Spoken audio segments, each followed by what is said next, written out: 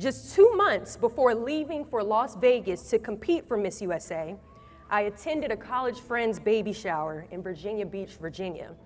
I drove over 3 hours from DC to Virginia Beach to be at this baby shower. And I was excited because I got to see dozens of friends I went to college with. And many of them walked up to me and congratulated me for finally winning Miss Washington, DC, USA. They all knew I had been competing in pageants for years, including during my time in undergrad. At the end of the baby shower, I was giving everyone hugs before I got back on the road for a long drive back home. One of them asked me about the competition dress that I would be wearing at Miss USA.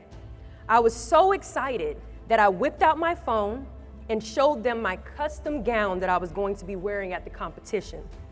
They passed the phone around and admired the dress, telling me, "Deshauna, OMG, you look so beautiful, can't wait to watch you on TV." Everyone was so excited for me until it got to this one girl I went to college with. We're not gonna call her out because I don't want you to Google her, but her name was Ashley.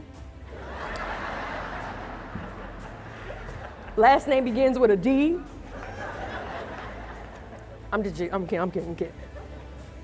She looks at the phone, looks back at me, scrunches her face, and says loudly, "Girl, please, you ain't gonna win Miss USA with that bony body and those skinny ankles." I didn't want to ruin the evening, so I laughed it off, took my phone back, finished hugging everyone except her, and went to my car so I could drive home. As I was driving home, I had to find a place to pull over to because I could barely see through my tears. As I was driving through a very dark roadway looking for a gas station to park at, without thinking, I reached for my radio to turn down the music. Because apparently, the lower the sound of my radio, the clearer my vision becomes. I eventually made it to a local gas station and was able to sit in silence for over 30 minutes and allow my mind to clear itself. For some reason, the silence, the stillness, the peace of nothingness in that moment gave me just the right amount of clarity that I needed to make a promise to myself. A promise I have yet to break even almost 10 years later. I made the promise to myself that I would only surround myself with believers and that I would never share my dreams so freely again, especially with individuals who have not proven themselves to be actual dream chasers themselves. She was someone who I thought was a friend. So for her to shame me so loudly in front of people that I cared about taught me a lesson that has truly reshaped my journey, and the lesson is this: we have to protect our dreams and goals, because when you are on a path to something great, your environment and who you surround yourself with can make or break the spirit of your ambitions.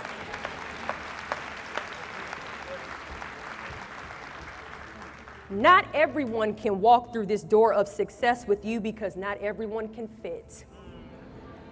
Not everyone has the imagination, the vision, the optimism, or even the desire to chase their own dreams, so they instead project their negativity onto you, not because they doubt you, but because they doubt themselves.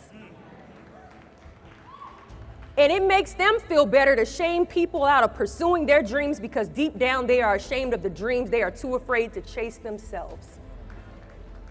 So to be honest, these people can no longer sit with us. This table is for believers and believers only. Graduates, if you don't vet, screen, and be intentional about who you surround yourself with after today, you can unintentionally welcome negativity, doubt, and pessimism into your road to success, and like a cancer, it can poison the body of your dreams. Since that very moment, I don't even allow naysayers to speak towards my dreams. I cut them off mid-sentence.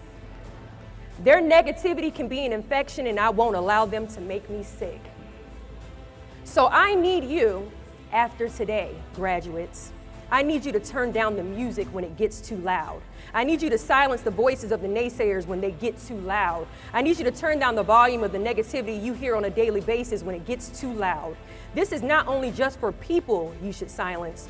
You also must silence your imposter syndrome and the doubtful thoughts you have inside you.